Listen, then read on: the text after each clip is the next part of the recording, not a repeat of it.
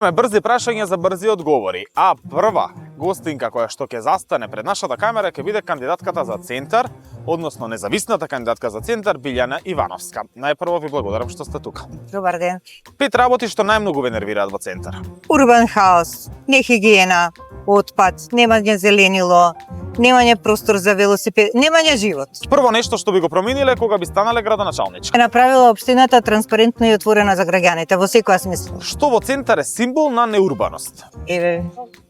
Балкон до балкон е неурбаност. Тоа е символот на центар. Ако центар беше човек, што ќе му недостасуваше најмногу? Воз. Кое место во центар е најавтентично, а кое е најпластично? Најпластично, свртете се позади, го гледате Скопје 2014, најавтентично некое делче што останало од старата скопска чаршија што паѓа во општина центар можеби да. Дали центар е полигон за бизнис елити или пак простор за граѓани? Сега да, бизнис елитите доминираат, меѓутоа може тоа да се промени и да биде простор за граѓани. Колку воопшто е возможно човек да води општина без да се спогоди со никого?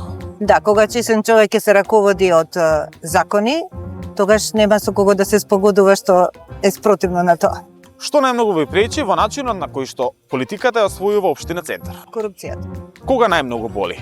Кога ќе се исече едно дрво или кога ќе се подигне нова зграда? Мене ме боли за секој уништено дрво, ама мислам дека треба и да има соодветно место. Значи згради треба да има, ама да имаат соодветно место и да не биде тоа на сметка на дрвјата. Дали имаме повеќе урбан хаос или пак урбан развој? Сега имаме урбан хаос, меѓутоа треба да се премине во урбан развој. Центар е препон со бетон. Кој победува? Животот или пак корупцијата? Сега да, корупцијата. Со бетонот корупцијата.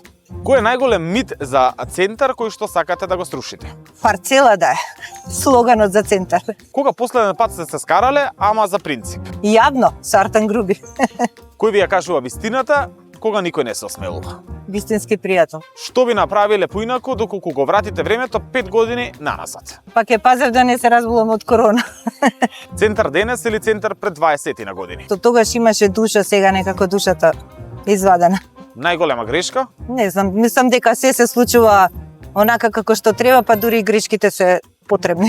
Граѓани или инвеститори? Граѓани. И на крајот, дали центар е огледало на Скопје или огледало на сите наши слабости? Јас би рекла на сите наши слабости, а и огледало на Скопје, и двете. Очекување од изборите?